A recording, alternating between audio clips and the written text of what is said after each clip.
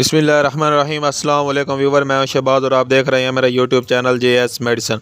आज का जो हमारा टॉपिक है वो है जी कफ़ कोल सिरप। ये जो कफ़ कोल सिरप है, अगर आपको किसी भी किस्म की यानी कि खांसी है, नज़ला ज़ुकाम है, तो आप ये इस्तेमाल कर सकते हैं। इसका जो तरीका इस्तेमाल हुआ है जी, 1 चम्मच सुबह, 1 दोपहर और 1 शाम को, यानी कि आपने 3 टाइम जो है ये सिरप इस्तेमाल करना है। अगर आपके बच्चे की उम्र 5 साल से कम है तो आप आधी चम्मच इस्तेमाल करें सुबह, दोपहर, शाम। अगर आपके बच्चे की उम्र 5 साल से ज़्यादा है तो 1 चम्मच सुबह, दोपहर, शाम। अगर आपके बच्चे की उम्र 10-12 साल से ज़्यादा है तो आप इस्तेमाल कर सकते हैं 2 चम्मच सुबह, 2 दोपहर, 2 शाम, यानी कि 3 टाइम जो आपने ये इस्तेमाल करना है। ये जो है आपको हर मेडिकल स्टोर से आसानी से मिल जाएगा। मिलते हैं अगली वीडियो में। अब तक के लिए हमें इजाज़त दें। अपना और अपनी सेहत का ख्याल रखें। अल्लाह हाफिज़।